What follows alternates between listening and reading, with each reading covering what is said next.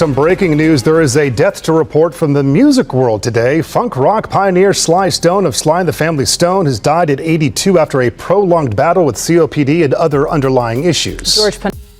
The silence was deafening at 3:47 a.m. when the music finally stopped. In a modest Los Angeles home, surrounded by faded gold records and forgotten Grammy Awards, Sly Stone took his final breath. The man who once made 400,000 people dance in the mud at Woodstock was gone. The revolutionary who taught America that music had no color, no boundaries, no limits, had left the stage forever. But wait, before we dive into this incredible story, let me ask you something. Have you ever heard a song that made you forget everything else? A song so powerful it could make enemies dance together? Well, that's exactly what Sly Stone did to an entire generation. And if you think you know his story, trust me, you don't know the half of it. Picture a young black kid from Texas named Sylvester Stewart watching his mother play gospel piano while his father preached to empty pews. Can you imagine being just 4 years old and already knowing you're different? While other kids played with toys, little Sly was composing songs in his head. His mother would find him at the piano at 2 a.m., playing melodies that seemed to come from another world. This wasn't supposed to be his story. He was supposed to follow the rules, stay in his lane, play the music white America expected. But here's where it gets interesting. Are you ready for this? At 15, Sly was already producing records for other artists.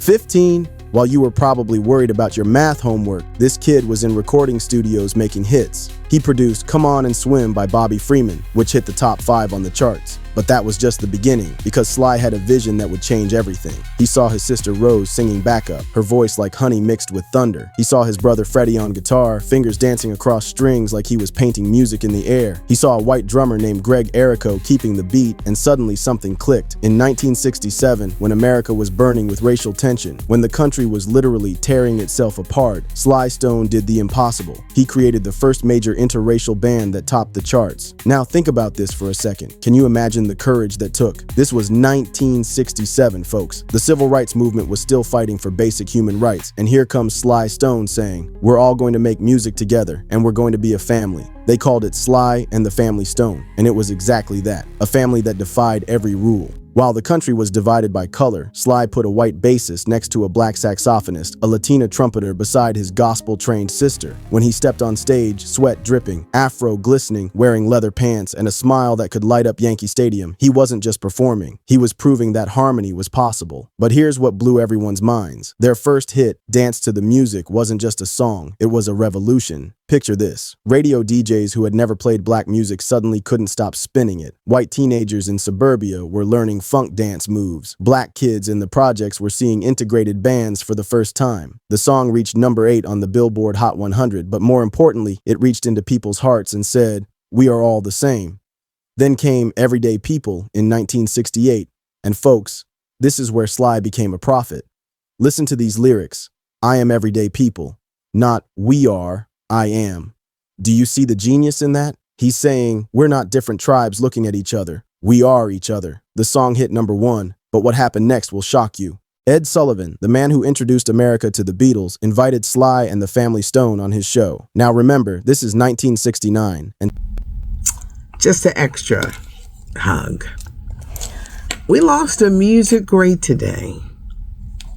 Sly Stone, from Sly and the Family Stone. Television audiences had never seen anything like this. An integrated band where everyone was equal, where the white drummer got the same spotlight as the black lead singer. The performance was so electric that Ed Sullivan himself said afterward, "That's not just music, that's the future." But are you ready for the moment that changed everything?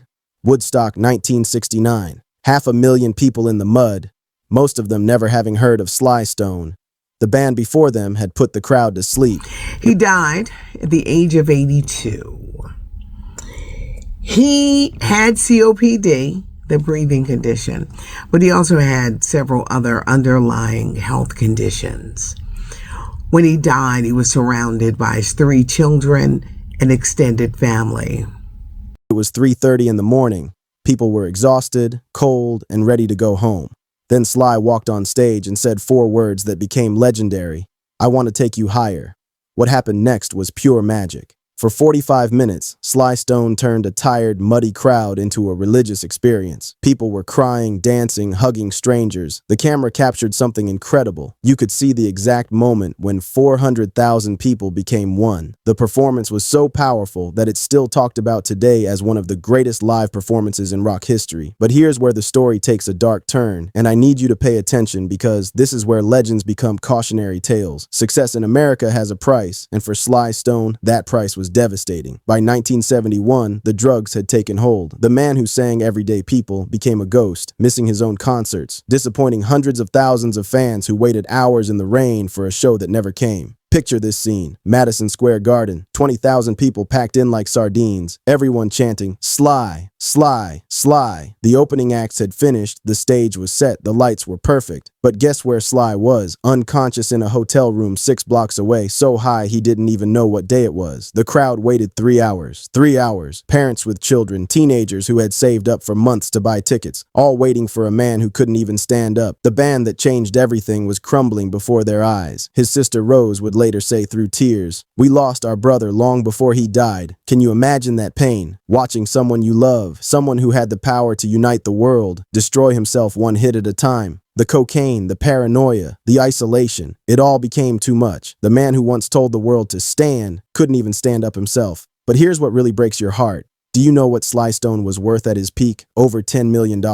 By the 1980s, he was homeless, sleeping in vans, sometimes performing at tiny clubs for $100 just to eat. The pioneer who created funk, who influenced everyone from Prince to Bruno Mars to Michael Jackson, was collecting spare change while his songs made millions for others. And the music industry, they forgot him. The same executives who had made fortunes off his genius acted like he never existed. Awards shows that celebrated his influence wouldn't even return his phone calls. The man who had given the world funk, who had shown America that music could heal racial wounds, was invisible. 40 years of battles with addiction, homelessness, and a music industry that forgot his name followed. Can you imagine having created some of the most important music in American history and being treated like you never mattered? But here's what you need to understand. Even in his darkest moments, Sly Stone never stopped believing in the power of music to change hearts. After a prolonged battle with COPD and other underlying health issues, Sly passed away peacefully, surrounded by his 3 children, his closest friend, and his extended family. In his final moments, there was no spotlight, no screaming crowd, no thunderous bass line, just love. The man who spent decades running from his demons found peace in the arms of those who never stopped believing in him. But here's what they don't tell you about legends. They never really die. Right now, as I'm speaking to you, someone is discovering dance to the music for the first time. Died, he was surrounded by his 3 children and extended family. Sylvester Stewart was the name he was given at birth, but he was a musical genius. He started off as a famous radio DJ in San Francisco, so he did the radio thing first. A young producer in Atlanta is sampling "Thank You" for the next hit. A little girl in Detroit is learning to play Everyday People on her grandmother's piano. Sly Stone didn't just make music, he made possibility. He showed the world that different doesn't mean divided, that funk could be family, that revolution could sound like a party. Every time you hear that infectious bass line in a hip-hop song, that's Sly Stone. Every time you see a diverse group of musicians on stage together, that's Sly Stone's legacy. Every time someone says music has no color, they're quoting a truth that Sly Stone proved with his life. So let me ask you this. Are you going to let his story end here? Sly Stone's story isn't over. It's your turn to write the next chapter.